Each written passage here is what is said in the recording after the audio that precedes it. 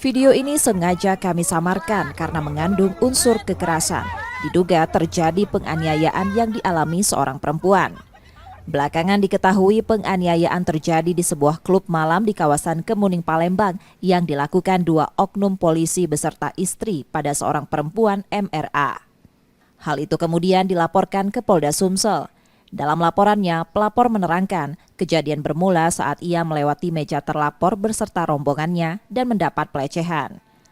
Pelapor menyiramkan air ke wajah terlapor hingga membuat mereka diminta petugas keamanan setempat keluar.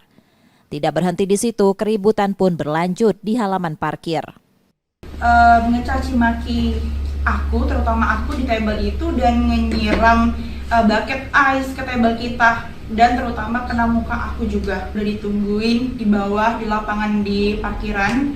Lalu tiba-tiba si oknum si cowok ini satu lari ke aku, dari aku udah posisinya di bawah, dia ngedapetin kepala aku, tiba-tiba dia ngejambak lah dan memanggil teman-temannya untuk ikutan ngejambak aku.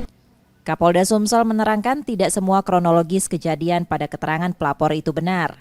Dalam bantahannya, ia mengaku memiliki bukti berupa rekaman CCTV yang memperlihatkan peristiwa sebenarnya. Namun, 2 anggota polisi yang belakangan diketahui berpangkat AKP dan bertugas di Polres Banyuasin itu tengah menjalani pemeriksaan etik. Keduanya juga melaporkan balik MRA. Nah, antara kejadian sama dilaporkan itu, antara para pihak itu sudah mencoba untuk berdamai. Tetapi permintaannya terlalu tinggi, jadi ada modus-modus lain gitu di sini, ada motivasi lain. Yang saya sampaikan silakan saja berproses. Kemudian apa yang disampaikan di media terkait dengan kronologis kejadian itu juga tidak semuanya benar. Kita sudah punya rekaman CCTV sejak di dalam lokasi, kemudian di luar ada yang merekam menggunakan handphone. Sebelumnya, kedua belah pihak sempat melakukan mediasi, namun pelapor belum sepakat berdamai dan memilih melaporkan hal tersebut.